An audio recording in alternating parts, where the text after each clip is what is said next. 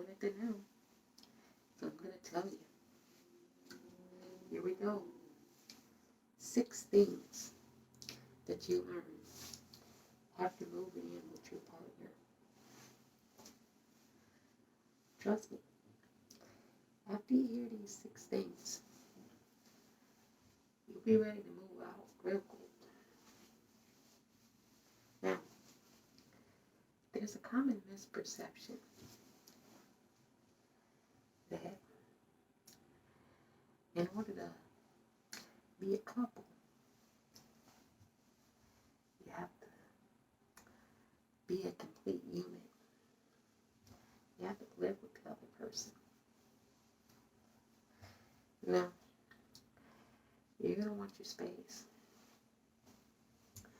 You're going to want to do your things. You're not going to want to abide by the person's,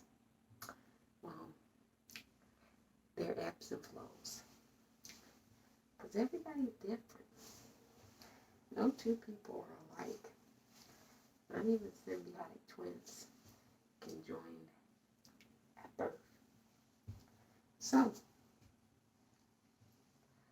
number 1, well, they're definitely going to have their standards. And standards vary. But one of the ones that, well, you know, when you're by yourself, regardless of gender you ascribe to yourself, you don't really care about your cleanliness of the place where you live.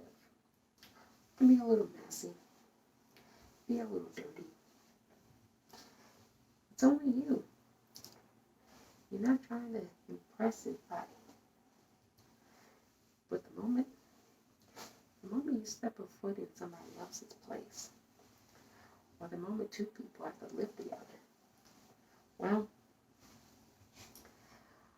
even if both people are messy, one's going to be a little less messier than the other. And the one that's a little less messier than the other, that person's going to have a little bit of an issue with you being messy. Because now you're the messy person, because you're more messy than the other person. So, right then and there, standards. Standards are high for certain people. Everybody comes into things with high expectations. And if you don't meet standards right off the bat, well, it's going to set up an issue. So that's number 1, standards. You'll never be able to meet somebody else's standards and expectations. So don't even try. Set your own standards and expectations. Live alone. Number 2, well, you know, conversation. They say it's key, and it's true. But everybody communicates in a different way. And you know, people are not reticent to learn a different communication style, or learn how to co-communicate and equitably communicate. You know, you're not going to get everything you want, and I'm certainly not going to get everything I want. How can we come to a consensus? That's what I call co-communicating. But that's almost rarely, if ever, done. No, instead the communication turns to arguments, fears, and sometimes not just verbal, but, you know, a 1, 2, 3, sack 'em, swing 'em, punch right there, here, and kick. And then you put it in the paddy wagon. But that's people's relationships in a nutshell every night. Because they get on each other's nerves. So communication. And most people don't know how to solve conflicts without some form of violence. Which is sad. Because you're supposed to be able to communicate and be able to say what you need to say and work to alleviate the problem. And if it doesn't go away, like anything, time will heal. But that's number 2. I digress. Number 3. Well, you know, person. The expectation is that you got to do something with them. Now, if one person wants to do something all the time, and the other person is like a, couch potato, well, that's going to be boring real quick. You're like, I feel like dancing. The other person has got Netflix on in their PJs under a blanket. Kind of boring. And you're like, let's go dancing. The other person's like, this is a good movie. I started it the other night. I'm halfway done with it. I want to finish watching it. And you're like, let me go dancing. The other person is like, have fun. Number 4. Oh boy, is this one a big one. Looking for things to argue about. Now, you just covered communication.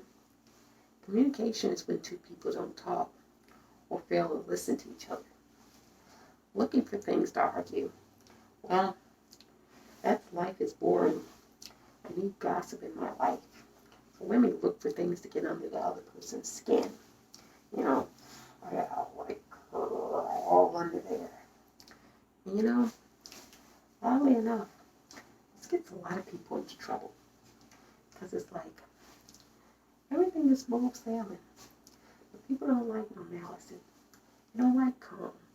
They don't like peace. So they always look for something to be disruptive about. And believe you me, you don't have to look too hard. You can find it with just about anybody. So you look for things to argue about. You look for things to be upset about.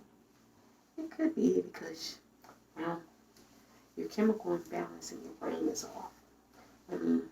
With all the horrible foods they feed us, it's no wonder people are all so moody and scatty. But I digress. Anyway, you're looking for things to argue about. Pointless, trivial things. Oh, you didn't load the dishwasher correctly. Oh, you left the light on in the bathroom. Oh, the toilet seat was left up again. Oh, you didn't put a paper towel on the roll. Oh, we're out of toilet paper and you haven't gotten any yet. See, that's just petty. That's just trivial. That's just annoying. And you're looking to do that. And you shouldn't do that. You don't have to worry about that if you're living by yourself. Number 5. Oh yeah. You knew I was going to get to this one. Well, it's all about this one, isn't it? Number 5. You are the exact opposite of the person you're living with. And you find that out quickly. How do you find it out? Well, my example. Let's go dancing. And the other person is a couch potato. And maybe you think off the bat, this person is just having a bad night. This person is just having a bad week. This person is just having a bad month. This person is just having a bad couple of months. This person has had a long streak of months. This person is having a bad year. Then you realize, oh no, it's the person itself. The person's personality. They don't want anything. You want something. It's never going to work. And number 6, the last one, in my opinion, the most important one. Because everybody has got the mindset that if you move in with a person who's your partner, well, you're definitely going to get the... But oh no. No. It kills the vibe right away. See, moving in, you get comfy. Put your feet up on your desk. Settle in. You start not worrying about your hair. Start not worrying about your face. Start not worrying about what's on your body. It's those raggedy pains each night. those sweats. It's the jerry curls in the hair. The fingernails that haven't been clipped. Toenails that are a little browning a little bit. You know, kind of letting yourself go. You don't care anymore. You don't have to perform. You secured the bag. See? It's the bad way to look at it. And this is the problem that happens when you move in. See, the thrill is gone. Now, after hearing those 6, you should never want to move in with anybody. And you probably won't. But you probably will too. And that's the problem. Maybe you will, maybe you won't. This doesn't discourage you. If anything, you're going, the purple people's house being sensational. Purple people's house doesn't know what he's talking about. You know what I'm talking about. You know it's true. But you won't admit it. Because it's coming from me, the purple people's house. If it was coming from anybody else, you'd admit to it. It's fine. I don't really care. The truth is not relative to who states it. Truth is the truth.